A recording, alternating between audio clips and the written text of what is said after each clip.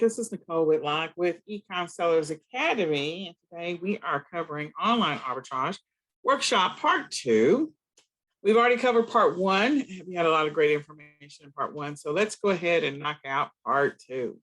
So last week we talked about what online arbitrage was, walked through the activity of installing the app. We explained sales rank and restricted categories and brands. That is specific to Amazon. It does not apply to any other platform. And we talked about using the Amazon Seller app. We talked about sourcing items online. And we're actually going to go look at a couple of things that I sourced online this week. And we talked about, we didn't necessarily talk about what to source now, but we are going to talk about it today. So we're going to cover today, we're going to talk about Keepa and using Keepa to do some product research.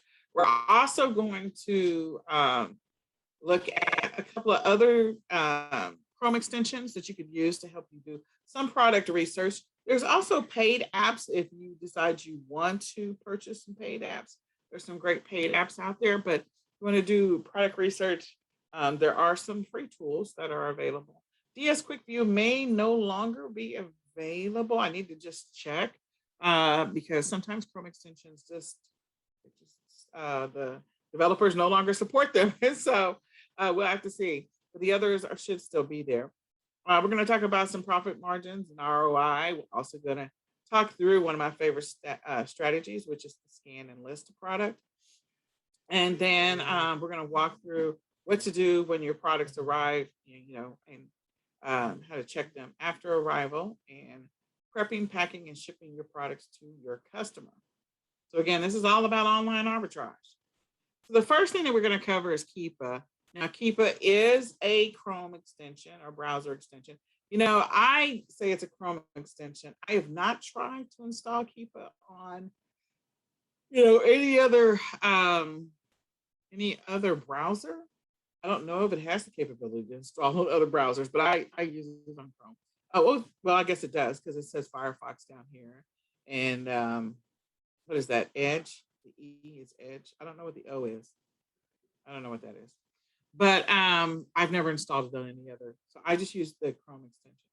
And it'll let you track the product price and the history over a period of time on Amazon. Why does that matter? Because I love using Amazon to do product research. Like, you get a lot of great free data just from looking at Amazon. Even if you decide not to sell on Amazon, you can still use it to do product research. And I think that's one of the things that people don't realize, that you can do a lot of product research on Amazon. And then it can help you avoid making the wrong purchase choices. That's for sure, because you can go out there and look at the history on something, what the price is, when it sold out, how many sellers were on the listing. I'm probably getting ahead of myself because I think it's on the next slide. But anyway, it is a paid extension. It is so worth it. If you want to sign up and get Keepa, this is one of the paid extensions we do recommend. So you can go to bit.ly/ all in lowercase ESAKEEPA. Definitely sign up for Keepa. It is a great extension. So the things that you can do with Keepa, I got ahead of myself. You can track your price drops on Amazon, any products that you have on Amazon. You can watch for daily deals. I don't do that as much, but sometimes you can get a great daily deal. Like, you find something that is really, really inexpensive and turn around and flip it back onto Amazon or any other platform that you might be selling on. It might be worth it depending on the margins. You can customize the data view so that you see what it is that you want to see for the time range that you want to see it. You can indicate, what are the things that you are looking for. You can view the lowest, the current, and the highest in the average price on the product. That is key because, again, if you're going to sell the product, sometimes, we buy inventory and, we don't know that this thing tanks, like maybe it tanks around October. And you just have to wait for all those people to sell out, because it may be a product that sells on a regular basis until the product comes back up. And maybe it comes back up in January. So those people that take a loss and decide they're just going to sell out because it's not doing anything, October, November, December, and then they don't realize that if you wait all the other sellers out, you can sell it for the high price that you were wanting, or you can leave it at that price and it'll start to sell again. You can see how many times a month the product is sold. You can see data about which seller has the buy box. And again, you can see when there's a boatload of sellers that come onto a listing. You'll find that a lot with seasonal related or holiday related items that sell over and over again. You know, in January or February, there might not be like 200 sellers on the Christmas trees. But as you get closer to October, you'll see, oh, okay, there's 50 sellers on the Christmas trees. Okay, November, there are 110 sellers on the Christmas trees. Like you, meaning those are the number of sellers that are on a Christmas tree listing. Whatever is happening when you're using Keepa, whatever is happening on Amazon, you have to know that same activity, that same thing is happening on other platforms, just at a lower scale, a smaller scale. So keep that in mind, that Amazon can be your basis for what this thing is doing, what the activity is that it's having. And then as long as you do a great job with your title, your images, your keywords, then you should start to get results. Amazon is still king, but you can still get traffic on other sites.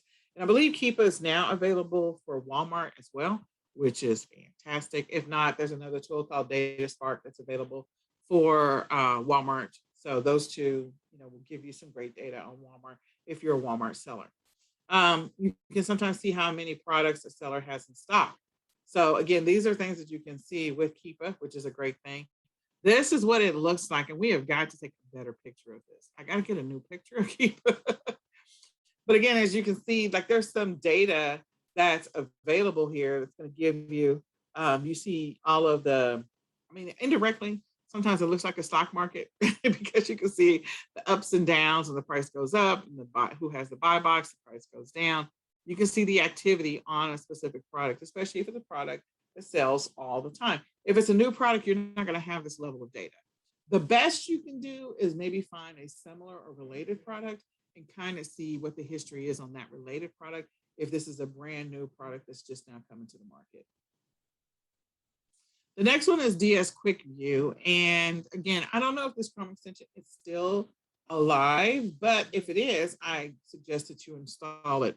I have a lot of Chrome extensions, so my ability to tell you if this one is still active, I have so many that just launch as soon as I go to Amazon.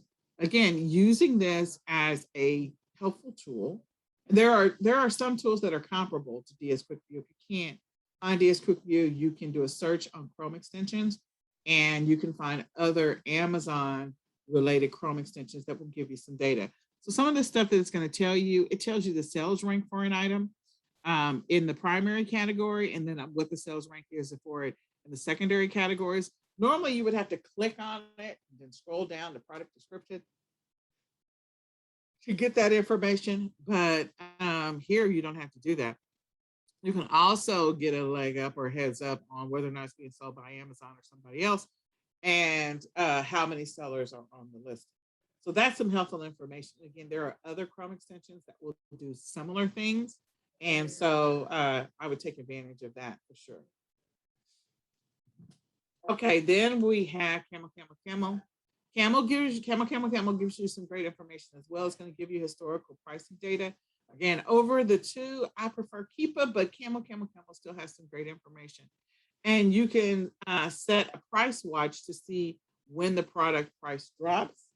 So when it drops from a retail online arbitrage standpoint, you want to buy it when the price is low, so you can sell it when the price goes up. So it's very similar to the stock market in the fact that you want to buy things when they're low. But this is another Chrome extension. And like I said, if you go to Chrome extensions, you'll see some of the other Chrome extensions that are Amazon related that may help you on this awesome journey that you're on for e-commerce. So the next thing we want to talk about, and I got to move this little loading forward. Okay. So your ROI and your profit. So your goal is to make sure that when you're buying a product that you actually are going to make some money off the product. So the ROI is your return on investment, and that is the difference between the profit and the cost of the investment. In other words, how much did the thing cost? So if the item costs $50 and to buy, and you're selling it for $150 minus fees, minus everything else, you do easy, simple math, and you say it's $100 profit. The reality might be that it's probably closer to like an $80 profit or something like that, because you got fees and all that other stuff. But you do need to figure out, what your ROI is. So when you are doing online arbitrage, doing that product research on whether or not this thing is selling, when this thing is selling, is it coming into a season where it might start selling, or is it leaving a season where it is not, it's the sales on it are going to drop. And so that's sometimes when people lower the price on things just so they can get rid of it.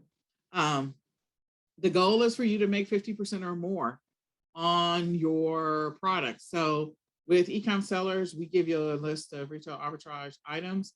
And so our minimum ROI is, I think, 30%. That's the minimum. And so there are times when we give you products where there's a 40% or 50% or a 60%. But if you can, sell products that have a 50% ROI, that's a nice ROI to have. So when you're calculating your potential profit, you need to make sure that you have the product cost, which is what we talked about, the platform fees. And I said, yeah, there's some other fees that are involved. The estimated shipping cost. Now, estimated shipping cost to get it to you, because you're doing online arbitrage. And so you're going to take that item once you receive it and go do something else with it. Whether it is listing on a platform or whether you're going to ship it to a fulfillment center or a prep center for yourself, one or the others. And sometimes you can buy stuff and have it shipped directly to the prep center and have them check it in for you. Your call if you have a relationship with the prep center. So shipping costs could be something, it's definitely going to be something you're going to incur, whether it's shipping it to yourself or shipping it to your fulfillment center. And then from there, the shipping to the customer, you want to charge the customer for shipping when you have a chance. Most of the time, like, we try to do free shipping, and we'll add the cost of shipping it to the person. But with everything that's happening with USPS and FedEx and UPS, like, I think we're all at a place where you should start charging shipping. Okay. I'm just telling you, if you haven't heard it from other sellers that are doing classes, teaching classes, I'm telling you now, I think we're at a place where you no longer do free shipping because the price of shipping is changing so much. Potential storage fees. Again, I don't know if you're sending it to a prep center. I don't know if you're sending it to Amazon FBA. So if you've got your own fulfillment center or you've got your own prep center, maybe they're going to need to do some prep. Then, whatever that estimated cost is. I will tell you that the majority of fulfillment centers and prep centers that are not Amazon, okay, because Amazon does have prep services and they are high. They also have a fulfillment center, FBA, and of course the fees are high. I think that a significant number of the fulfillment and prep centers have comparable rates, if not lower rates than Amazon. So again, since Amazon is limiting or restricting the storage fees, I'm taking a left turn at Albuquerque for just a second. Since Amazon has been limiting the amount that you can send in and charging you storage fees, you might want to start exploring using fulfillment and or prep centers. Just make sure that they've been in business for a while. And then keep in mind the sales velocity of a product. How fast will it flip? How fast will it move? So things that are Christmas related right now, like, they're going to move fast because people are buying Christmas related stuff. So it's going to move very fast. Things that are like New Year's related or things that you might use starting in the new year, those are going to move very fast. Mother's Day gifts right now are not going to move fast. A mother's gift for Christmas is going to move fast. Like, Easter baskets are not going to move fast right now. But as you get closer and closer to Easter, as you get past February, then into March, you're like, okay, Easter baskets are moving like crazy. So pay attention to the sales velocity of products. When are they going to start moving? When are they going to start selling? Okay. So we want you to go and review a product. I'm sure you got products in your house. You go pick something up. Pick up, like a roll of toilet paper still in the packaging, or a dishwashing liquid. If you got dishwashing liquid near you, go get something from your pantry, a can of something. Because what we're going to do is we're going to scan an item using the Amazon Seller app. And that activity can be helpful because there's different things that we talked about in the first session. We're going to use that information to go pay attention to some other things. So if you can grab an item, we're going to scan it. I don't know what I got. I got stuff on my desk. Supplement. I have a boatload of supplements. Okay. I have supplements on my. I have stuff with the Amazon barcodes on it. Let me just see. What do I have? Okay, so I have a bunch of supplements. Okay, so we're going to scan the item using the Amazon Seller app or on Amazon.com. We can go look it up.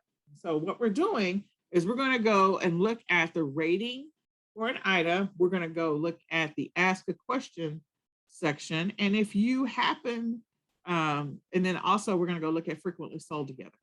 So these are things that can help you when you're trying to figure out, okay, should I sell this item before you actually like decide you're going to order it and send it into Amazon or order it and list it on a platform.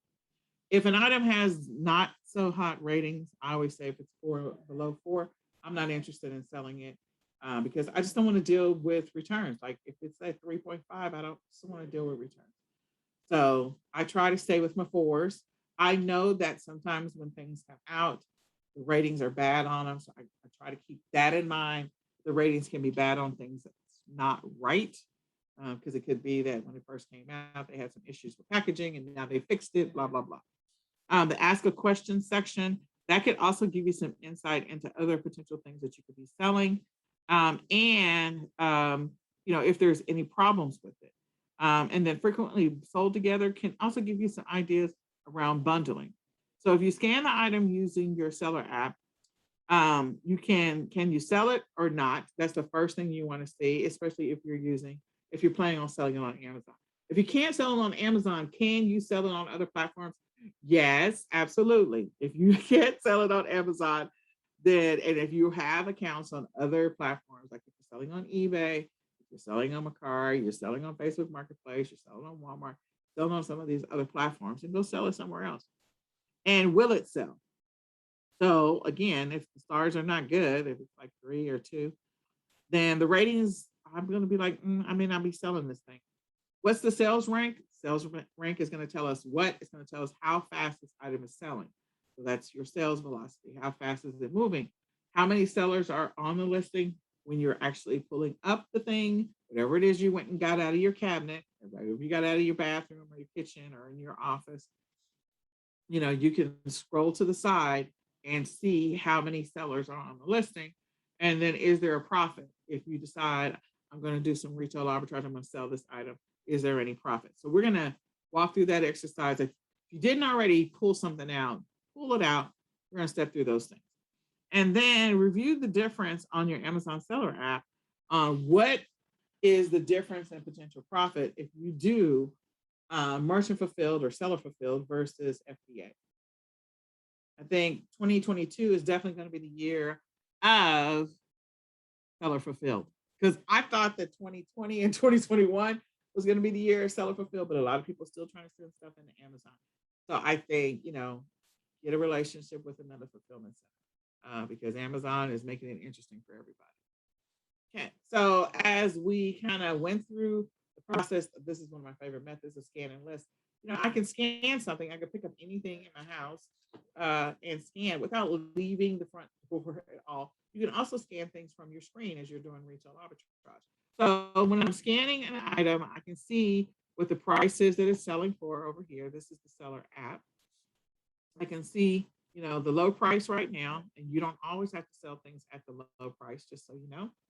You can see the FBA fees and you can see the high price. I can also see the number of sellers. So I can see that there are sellers that have these are FBA. There's 3 that are FBA and there are 3 that are not FBA. So when you're scanning and then you decide you're going to click on the list at that point, just to add it to your inventory. You can add it to your inventory as merchant fulfilled, seller fulfilled, or you can add it to your inventory and say that it's going into Amazon FBA. So when you click on list, then you're going to have to indicate the condition, the price, the quantity, and the SKU if you have a SKU already, configured, set up, or you have a naming convention for your SKUs. And so you're going to enter that stuff, and that's represented in the middle. Then as you scroll down, you're going to have a place where you you indicate, I'm going to ship it myself. And that means that you are doing seller fulfilled or merchant fulfilled. You're going to ship it yourself.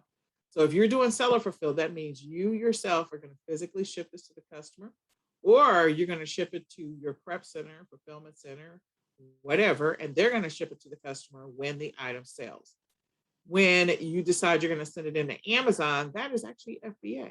So that means that Amazon is going to fulfill the order once they check in your inventory. So you would package up your inventory, first you would actually add it to your inventory. You would print out your bar labels, you stick your labels on your items, you would finish the shipment.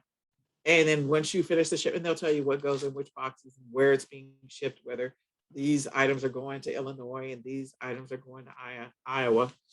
And then once you figure all that out, this is all Amazon FBA. Then once they check it in, then it will have the Amazon 2-day shipping badge on there, and people will potentially buy there. You can still get the 2-day badge if you're doing seller fulfilled. Just depends on how quickly you're shipping things out and what you're, a couple other factors. But in any case, if you're going to sell it yourself, you're going to ship it yourself. You're shipping it yourself doesn't always mean that you're doing it. You could actually use a fulfillment center or a prep center to do it for you. They would more than likely want to have an integration access to your account, so they're auto notified when you get a sale. Or you can ship it yourself, which one you want to do. So once we click continue, then you can see, this is the price I'm deciding I'm going to sell it for, and you will submit your listing and you'll get a notification. This is on the seller app. You get a notification from Amazon that says, hey, you successfully listed your item. That's the short version of doing seller fulfilled. So again, seller fulfilled also applies to, or merchant fulfilled. When you sell things on eBay, that's always, that's merchant fulfilled. When you sell things on Mercari, you sell things on Facebook Marketplace, those are all merchant fulfilled. Walmart does have Walmart fulfillment services if you decide you want to use that. But if you don't, you use Deliver, and that's still considered seller fulfilled. Because again, Walmart is not shipping it to the customer for you. Amazon is not shipping it to the customer for you. So that means you and or any other service that you decided to hire is shipping it to the customer. Okay, so I am going to take a second here. We're going to go into the Facebook group. I have so many things going on. So a lot of stuff. Just a second, 90,000 windows. Okay, so I'm going to go over to eCom Sellers Academy. Actually, let me just go to my page. I don't know what's on my page. All right, so on my page, here's a couple of products that I actually did product research on. So this item right now is selling on Amazon for $126. So this would be one of those that I could take my Amazon seller app and I could scan and I could list it. I could purchase the item from Michael's and have it available when or if somebody buys it from me. I'm not necessarily drop shipping from Michael's. I'm actually ordering a quantity if I have the money to be able to do that. So this particular item is selling on Amazon for $126. I can see the ratings. It's got 116 ratings. It's got 4.5 stars on it. The number of sellers, it indicates right here, this little tiny number says 3. So I got 3 sellers that are shipping, and then there's some of them are doing free shipping. So you can see that there are multiple sellers on it. When I scroll, I can see that my source for this particular item, Michael's has 2 different things happening, or at least they did for Cyber Monday. So they had the 20% off of regular price if you put that code in. But at the bottom, if you wanted to get 25% off, I could ignore this 20% off. I don't know if they're going to let you stack, but there's sometimes on certain sites that you can stack. But this one happened to be 25% off. So their price is $89.99. And they had 25% off. That dropped the price down to like $67.50. So you turn it around and sell it for $129. That's a nice profit. And I could sell it on any platform. I don't necessarily have to sell it on Amazon. I could use Amazon as the basis for my research. So I could go list it for $126 on Facebook Marketplace, or I could go list it on eBay for $126. I can go list it wherever I'm going to go list it. the thing you want to be mindful of is that, okay, what's the price of my source? And there might also be like a Rakuten cashback going on where you log into your Rakuten account and you could get it even lower than 67.50. But yeah, this particular item, you know, I don't know if anybody paid attention to that. I was like, yeah, you got the 20% at the top, but you also have this little 25% over in the corner. I'm gonna take the 25% so I can maximize my ROI.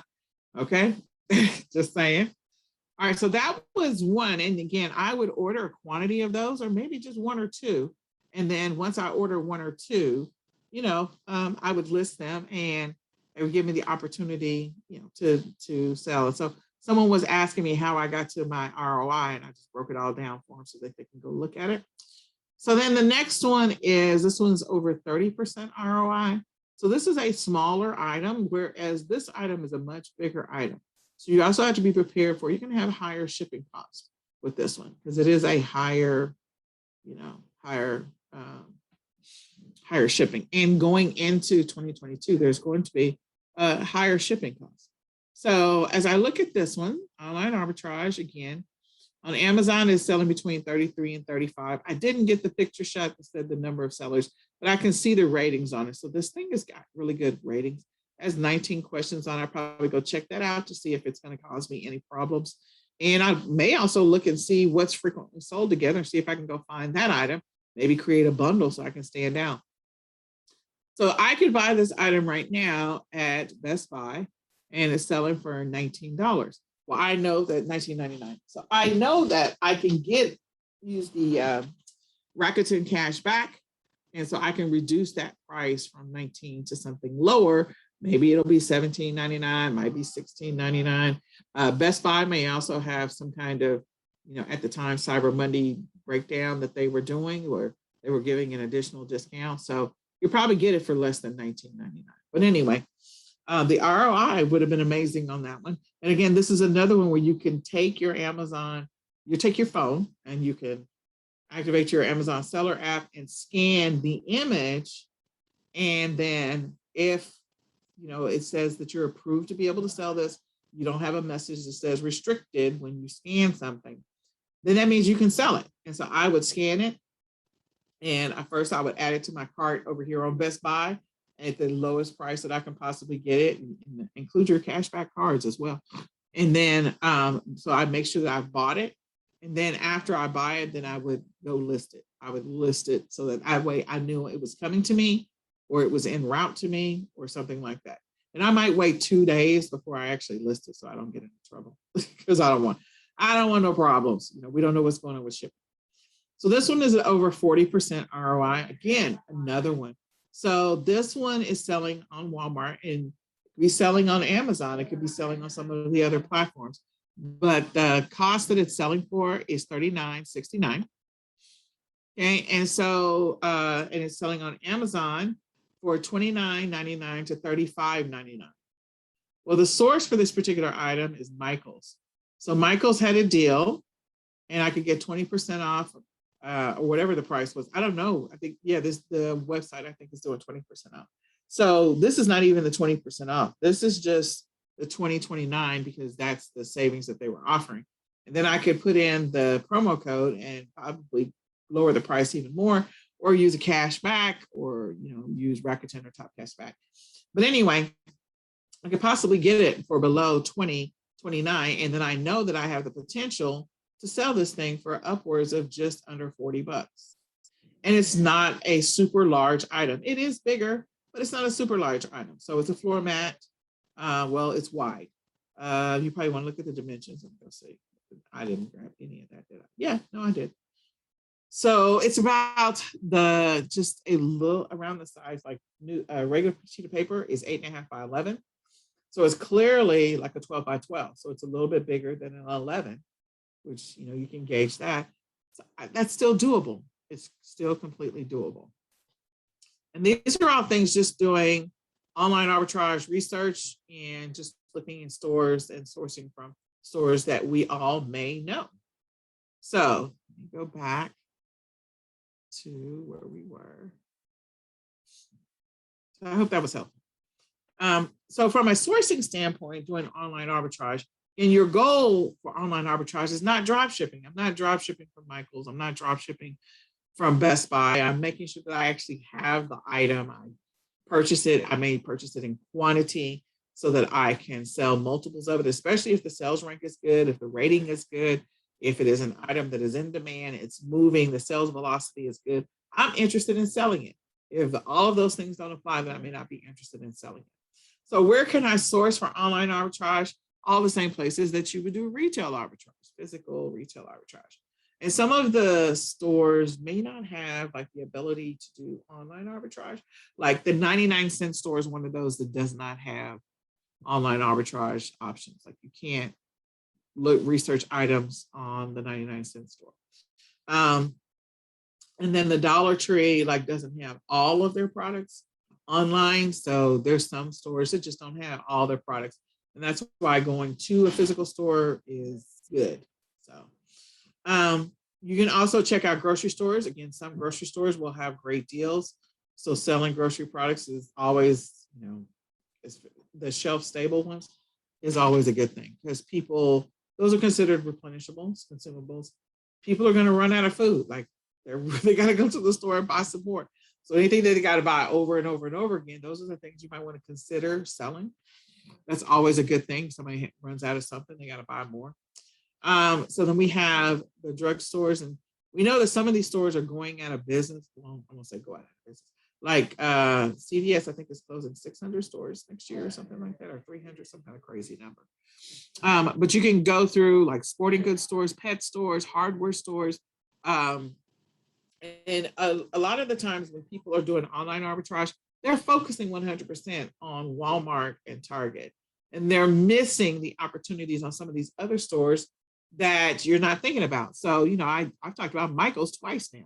There's stuff on Party City. There's stuff on Best Buy. There's stuff on Hobby Lobby. You can't find, Ollie's doesn't have an online catalog, and neither does Dirt Cheap, and neither does a 99-cent store. But again, Staples has an online store. Office Depot does.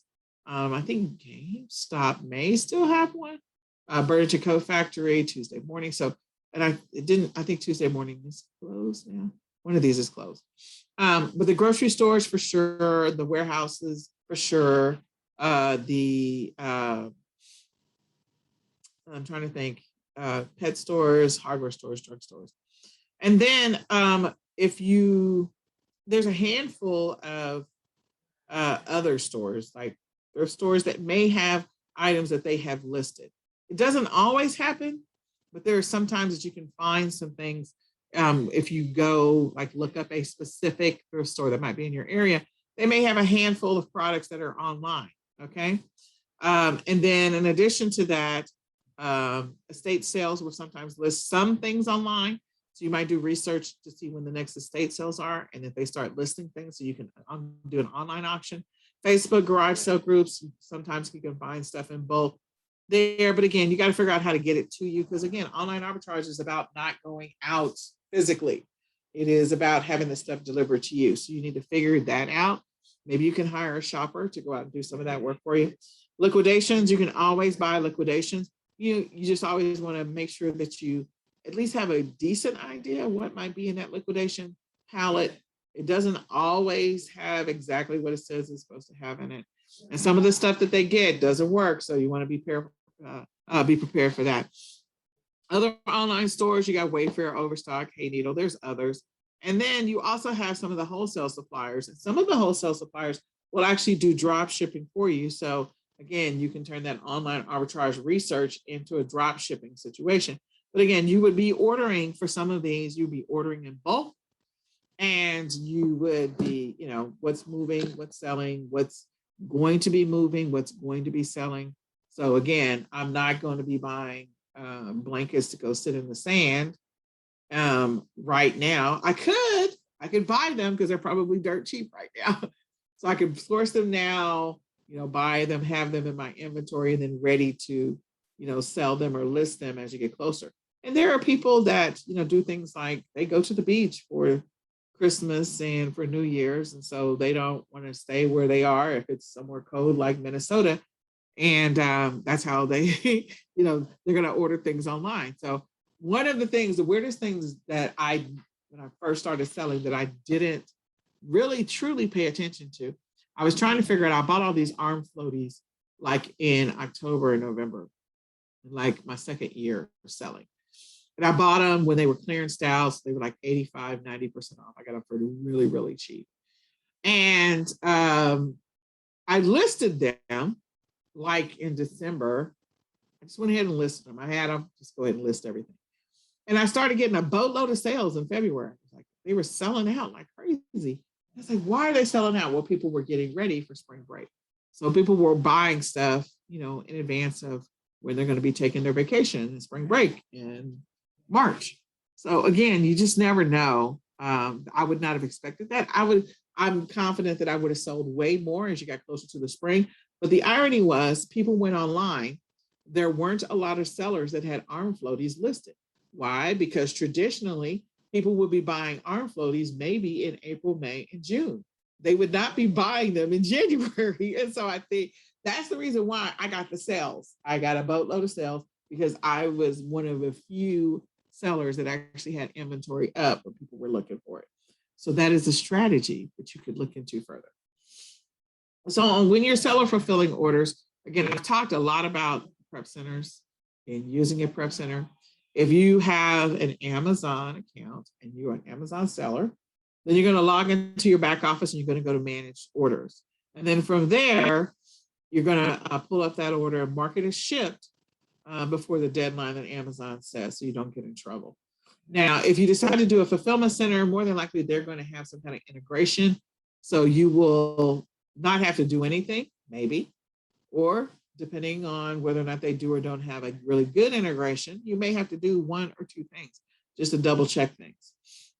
But when you are going into your managed orders, make sure you provide a tracking number, manage your delivery time. So, you know, if you're processing it yourself, like you're not using a prep center, just be mindful of, you know, that you have orders and that you need to get them out, or how long it takes you to find a box and to package it up, or where is it cataloged in your house? Because you might have 20 tubs. I have close to 300 tubs.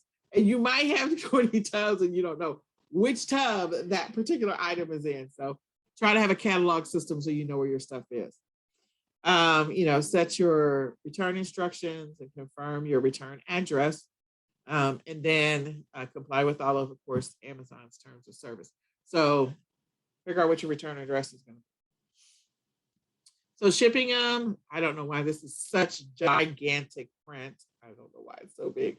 It's ginormous. But oh my God. So an easy way to hit all the points is to fulfill your orders through Seller Central. Yep. And whenever possible, and using Amazon's buy your shipping through Amazon. So if you decide you're going to buy your shipping through Amazon, you know, you got to buy your label, or individually says, oh, and boy, well, oh, buy shipping. You can do that. You can do that. So using Amazon's buy shipping ensures that your products are delivered to your customers using the trusted network of carriers and suppliers. And yes, so you do want to buy it from Amazon because it'll automatically put the tracking number on there.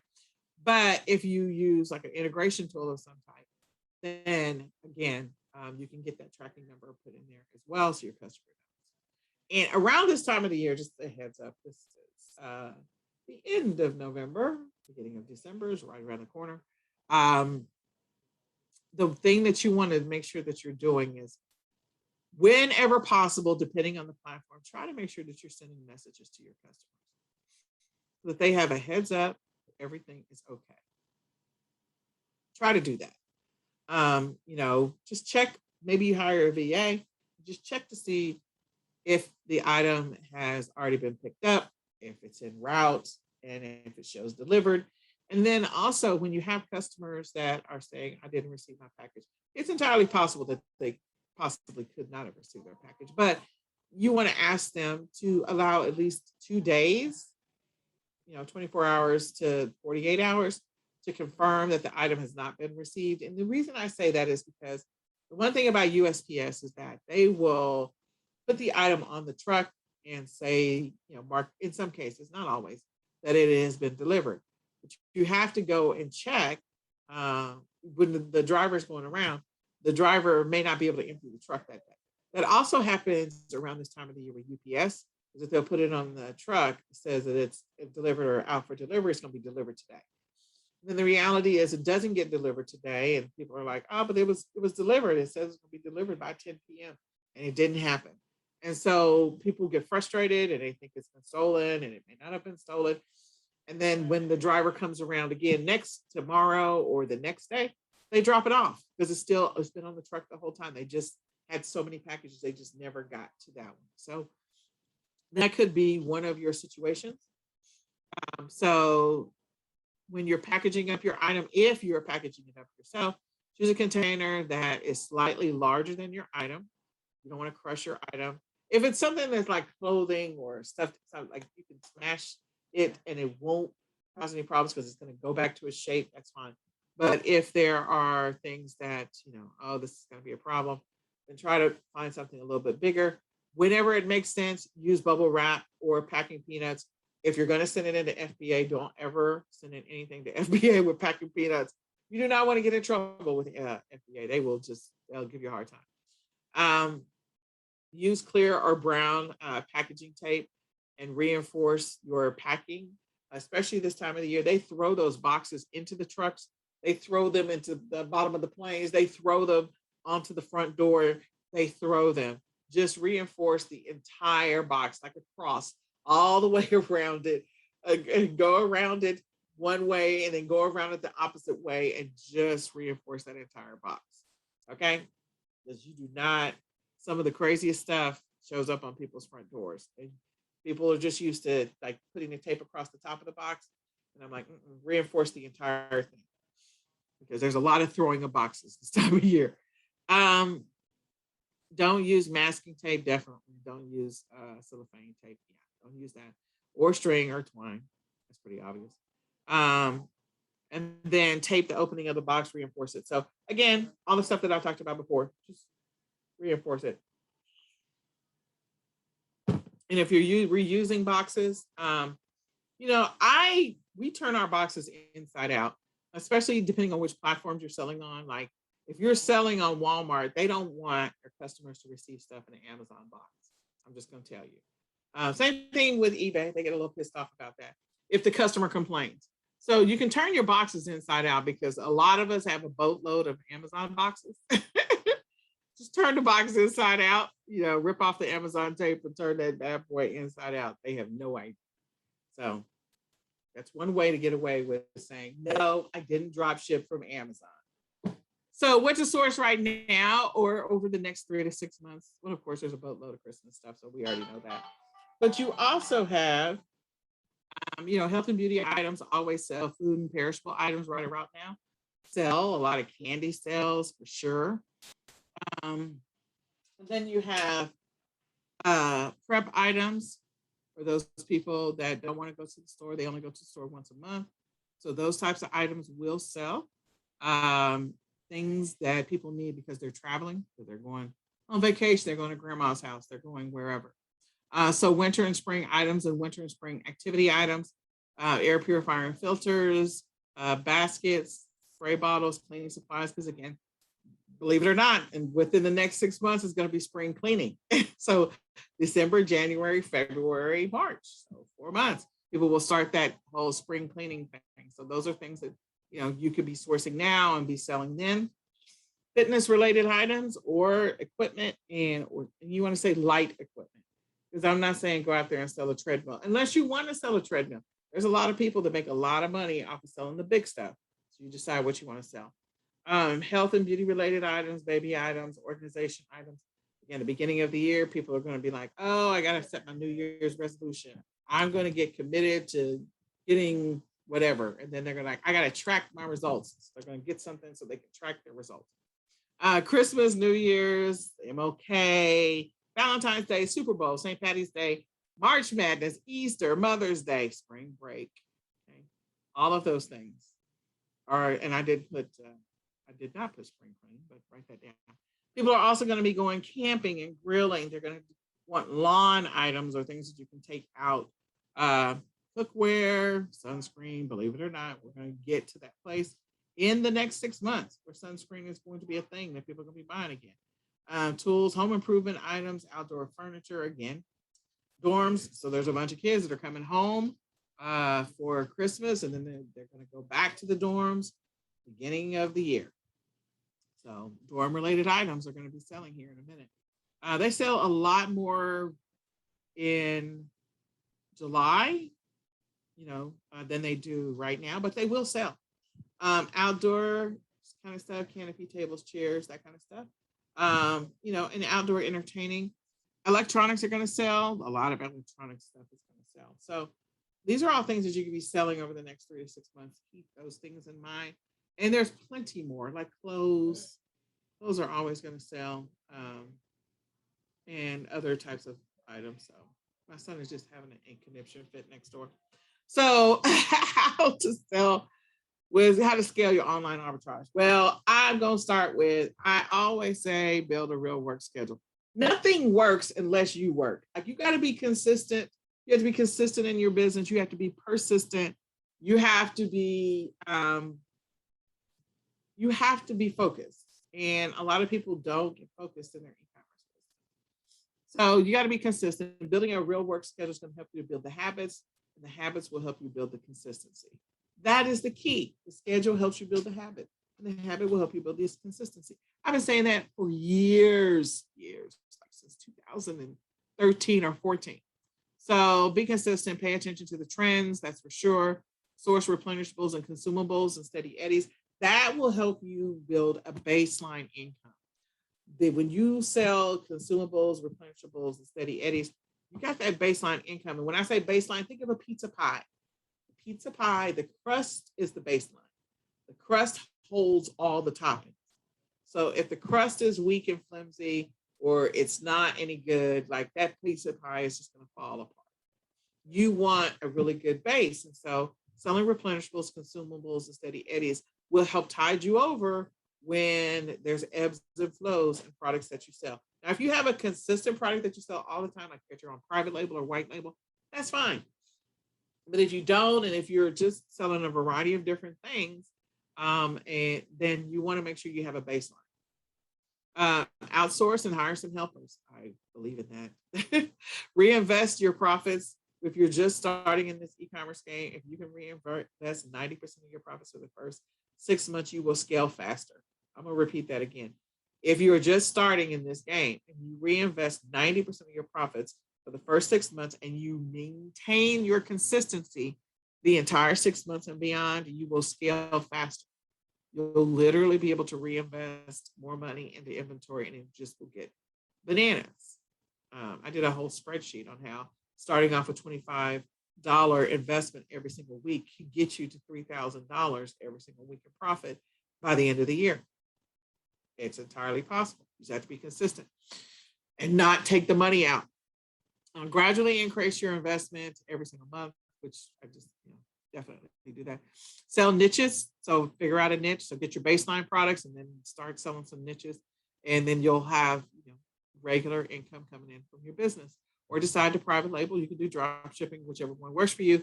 But again, we're talking about online arbitrage. So you can buy below wholesale using coupons, rebates, cashbacks, clearance, sales, gift cards, liquidations, going out of business, and buy and hold some of your seasonal items. We buy stuff all the time after the holiday is over. So we buy stuff after Halloween is over. We buy things after Thanksgiving is over, because we're going to turn around and sell them next year, and we're going to sell them for full price. So if you get them for 75, 85, 90% off now, and you got a cashback card on top of that, and you got whatever rebates you got going on, like, you're getting this thing dirt cheap. It's below wholesale at that point. Then turn around and flip it for next year.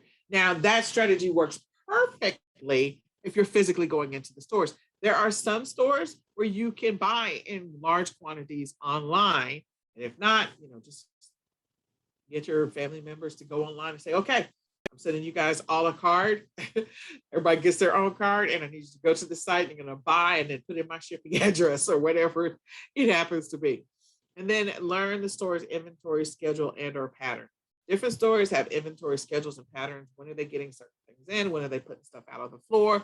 What are they holding in the back? Where do they store it temporarily until they can put it back out on the floor? Like all of that stuff. Start to learn that. Pay attention to it. Like be an observer of the stores when you go into stores, because you got to go to the store to buy stuff anyway. If you're going to run your business, your online arbitrage business, that's fine. When you're going to the grocery store to shop, then pay attention to some of that stuff. When you're going to Walmart to grab whatever you need to grab for yourself personally, pay attention, walk the store so you can pay attention. Then go home and start doing your online arbitrage, because they give you all types of ideas and strategies when you do that. Okay. All right. So we covered a lot. I throw it in the store. So we talked about a bunch of stuff, online arbitrage, we talked about the app, strategies. We actually looked at some stuff that you could source. And we talked about the stores that you can source from. We talked about some of the Chrome extensions. So I hope that all of this information is helpful to you. I hope that you will start implementing some of this into your business. If you take nothing else from this, the biggest thing is just to build a schedule and be consistent. That's really the biggest thing. Because once you do that, you'll start to gradually build the habits. Everyone is not perfect when they first get into this game. And that's the reason why so many people start and quit. But the reality is there's a lot of money still in e-commerce. There's a lot. You just have to be consistent and disciplined to be able to do the work. So I hope this information is helpful to you. If you're not a part of eCom Sellers Academy, we encourage you to join us. You can go to www.ecomsellersacademy.com. Always look out for our specials, because for Black Friday, Cyber Monday, we were offering 50% off of our lifetime membership, which is a heck of a price. And I think it's the lowest price we've ever offered for the lifetime. And so otherwise, at this point, it's $17.99 a month. That's the current price. And we encourage you to join us. I hope this information was helpful. This is Nicole Whitlock with eCom Sellers Academy, and we are going to say goodbye for now. Bye, y'all. See you later. Okay, so it's time for the Q&A. If you have questions, you can type your questions below this video or in the comment section. I'd be happy to answer them, or any of the other leaders will be happy to answer the questions in the comment section. Okay. Goodbye.